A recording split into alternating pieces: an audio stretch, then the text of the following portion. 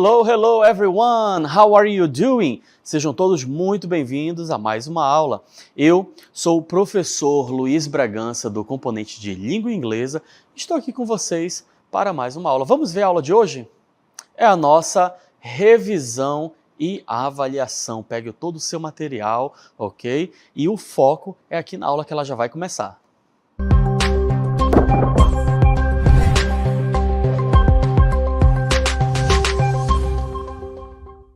E vamos iniciar mais uma revisão aqui, ok? E para iniciarmos, vamos trazer aqui para vocês algo sobre o nosso corpo humano, sobre o human body. Olha só, nós temos aí a capoeira, nós vamos falar sobre o movimento dos corpos. Where are they from? They are from Brazil. What are they doing? They are playing capoeira. Daí destacou arms, né? Which part of their body, which parts are they using? They are using their arms and legs. Então estavam utilizando ali os seus corpos. Como vocês podem ver essas perguntas? A primeira, where are they from? De onde eles são? They are from Brazil. Eles são do Brasil. What are they doing? O que eles estão fazendo? They are playing capoeira. Eles estão jogando capoeira. E a última, which body parts are they using? Quais são as partes do corpo que eles estão utilizando? They are using their arms and legs. Eles estão utilizando seus braços e suas pernas, ok? Vamos lá dar continuidade. Nós vimos aí esse vídeo que fala sobre body, né, o nosso corpo humano, e vamos aprender algumas partes do corpo?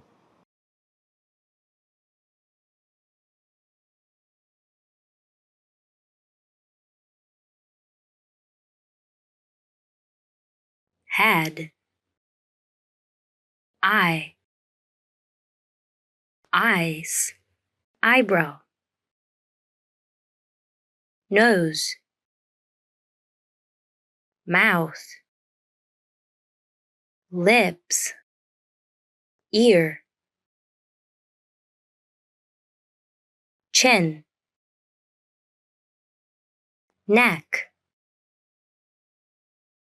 shoulder.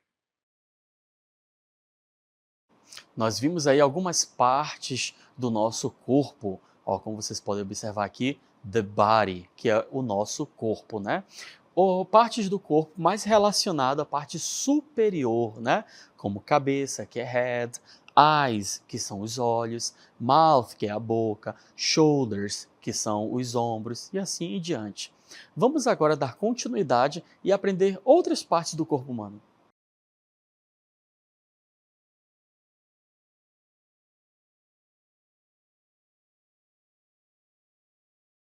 Arm, finger, nail, chest, legs, knees, ankle, foot, feet, toe. Bom, vocês viram aí, né, body parts, mais partes do corpo agora, já aqui do meio para baixo, não é? E nós utilizamos a nossa parte dos nossos corpos, né, como vocês viram lá sobre capoeira, né? What are they doing? They are playing capoeira. Eles estão jogando capoeira. Which body parts are they using? Qual a parte do corpo que estão utilizando? They are using their arms and legs. Eles estão usando os seus braços e as suas pernas. E esta minha frase, they are using, ela está no present continuous. O que é o present continuous?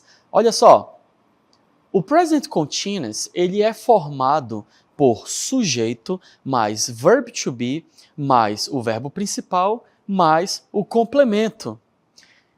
E para que nós vamos utilizar? Olha só aqui, nós temos aqui o sujeito que é they. Are é o verbo to be. Playing é o verbo principal. E complement, soccer. Daí nós temos a frase They are playing soccer. They are playing soccer. Eles estão jogando futebol. Esta frase ela está no present continuous e eu mostro para vocês aqui, ó, o present continuous ou present progressive, pode ser um ou outro, que é o presente contínuo ou o progressivo, é um tempo verbal usado para indicar ações que estão em progresso no momento da fala, ok? Então, é quando nós estamos falando, está acontecendo. É este que é o present continuous.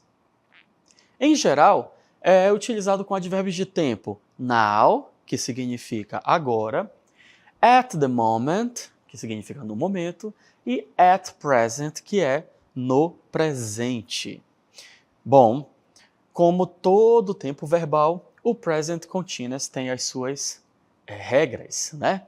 Vamos ver aqui as regras. Lembra que logo após o verbo to be nós temos que usar um verbo no ing? Pois é. Só que quando estes verbos terminarem em e, ok?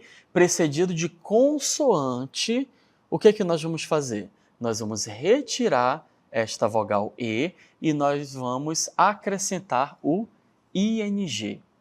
Por exemplo, aí o verbo dance, que é dançar. O que aconteceu? Tirou o e colocou o ing, fica dancing. Take, que é pegar, nós retiramos o para acrescentarmos o ing, assim virou taking. Outra regra, quando o verbo terminar em ie, o que nós vamos fazer? Aqui a mudança é um pouquinho maior. Nós vamos retirar o ie e nós vamos acrescentar o y e depois nós colocamos o ing. Olha só, o verbo die, ele termina aqui ó, em ie. E nós retiramos aqui, né, acrescentamos o y e depois o ing. E aí formou dying, morrendo. Nós temos o lie, que é mentir, retiramos o i e o e acrescentamos o y com o ing, assim ficou lying, ou seja, mentindo. Nós temos uma próxima regra, que é a regra dos verbos que são monossilábicos ou dissílabo, que são monossílabo ou dissílabo, que terminam em consoante, vogal, consoante. Nós sempre vamos contar de trás para frente, ok? Olha só, o que nós vamos fazer? Duplica-se a última consoante. Eu mostro para vocês aqui o verbo cut. O verbo cut, né, ele tem a finalização CVC, consoante, vogal, consoante. Assim, nós acrescentamos um outro T antes de adicionar o ing. A mesma coisa para o verbo run, que é verbo correr. Se você colocar no ing para ficar running, você precisa acrescentar mais um N, porque ele termina em consoante, vogal, consoante. Porém, nós temos dentro da exceção, né, das regras, nós temos algumas exceções. Exceções, os verbos terminados em W e X, ó, snow, o W ele é uma consoante, não precisa eu adicionar outra, ok? Porque se você for a regra, ele fala CVC, né? Então, no caso, como ele termina em W, não precisa. A mesma coisa para o que termina em X, ó. É CVC, né? Acaba que a gente não precisa duplicar. Então, olha só, como nós falaríamos aqui esta frase, né? Nós precisaríamos do sujeito. O sujeito, aqui no caso, é he, que é ele. Logo depois, o verbo to be. He is. E depois eu quero utilizar o verbo stretch. Como que eu faço? Eu escrevo aqui o verbo, ok? Stretch. E adiciono o ing. E depois eu posso colocar um complemento. He is stretching his body. Ele está alongando, né, o seu corpo. Ok? Bom, saindo do present continuous, vamos falar agora sobre o past simple do verb to be. Ok? Vamos aí observar essa tabela. Nós temos as frases I was, he was, she was e it was. O was, ele é o passado do verbo to be. E lembra que o verbo to be é o ser ou estava. Então, no passado seria era ou estava, ok? Se você quiser falar eu era, você fala I was. Eu estava, I was. A mesma coisa para os outros. Nós não modificamos o verb to be para estes pronomes. Teacher, mas nós temos mais pronomes, correto? Vamos ver agora. We, you e they. Nós utilizamos o were, ok? Então eu falo we were, nós éramos ou nós estávamos. You were pode ser tanto no singular, você era, como vocês eram, ok? E o they também, they were, eles eram ou eles estavam. Vamos lá. Vamos formar aqui algumas frases, né? She at home. Qual é o verbo que eu vou usar? Como nós vimos lá, né? Nós vamos utilizar o verbo was. She was at home. We very sick. Para o we, nós usamos o were, ok? My parents. My parents, como está no plural, were. E I sempre vai ser was, ok? I was a good tennis player. Eu era um bom jogador de tênis. Bom, falamos sobre o present continuous, vimos lá a importância do verb to be, falamos em mais um pouco sobre o verb to be, mas no passado, e agora vamos pular para um próximo assunto que é muito legal, que se chama comparative adjectives, ou seja, o comparativo dos adjetivos ou advérbios, ok? Nós temos aqui, foi retirada da música de Shawn Mendes, né, que é sweeter, sweeter, ok? Que é mais doce. Better é melhor, ok? E o que essas palavras têm a ver com comparative? Antes de eu falar sobre elas, vamos a alguns exemplos. Olha só. O comparative adjectives tem a sua regra geral. Na sua regra geral, para adjetivos curtos, nós adicionamos o ER e depois o than, que significa do que. Então, se eu tenho aqui, ó, cold, eu falo colder than, eu estou dizendo que é mais frio que. The winter season is colder than the summer season. Ou seja, a estação do inverno é mais fria do que a estação do verão. Daí vocês podem ver que anteriormente eu falei para vocês, ó, sweeter, better, e olha aqui eu usei o colder, justamente porque nós precisamos acrescentar o ER, né, após o adjetivo. Toda regra, né, tem as suas exceções, tem as suas modificações, e vamos ver algumas aqui. Quando eu estou falando de adjetivos curtos, que eles terminam em CVC, nós vamos duplicar, adicionar mais uma dessa última letra, ok?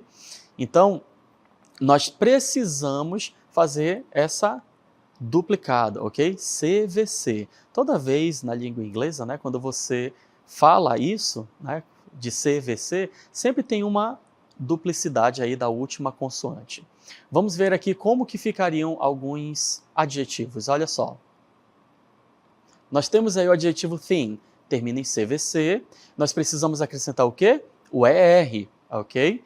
E assim nós temos essa frase, ó. Tom is thinner than John, ou seja, ele é mais magro que o John. Vamos ver outros exemplos de CVC. Big, o adjetivo big termina em consoante, vogal, consoante, né? Então eu falo bigger than, maior do que. A mesma coisa para o hot. O hot, né, termina em consoante, vogal, consoante, e assim nós duplicamos a última consoante e adicionamos o ER, aí fica hotter than, mais quente do que.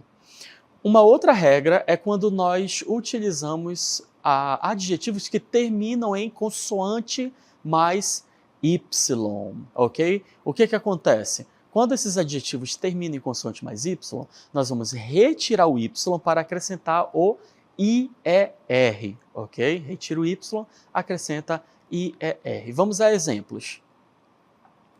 Comparative adjective, consonant plus Y.